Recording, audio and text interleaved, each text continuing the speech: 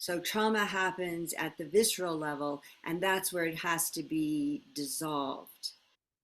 It's not about thinking or talking about it. It is about feeling it and processing it at a visceral level, or the remnants of it That's right. otherwise.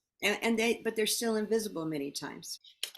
Yeah, I would say that reminds me of how many times I've had people with, especially with violence and physical abuse or sexual abuse, that they've spent decades talking about that and still being in the trauma of that.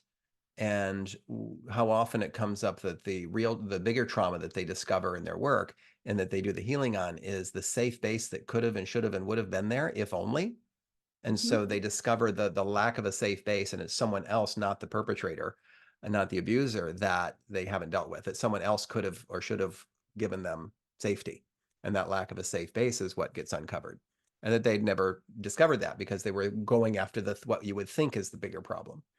Right. Yeah. And actually, there is research now related to that, even though we have learned it through client Mhm. experiences.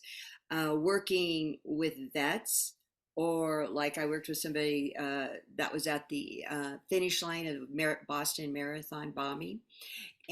But when we did their REM session, they went back to a childhood of experience where they stopped trusting themselves, and that was where they became vulnerable to having the trauma have a greater influence, Yeah. because people respond very differently to different traumas.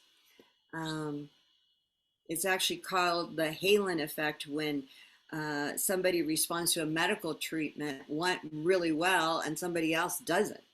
That these are things we that are idiosyncratic, is what I would say.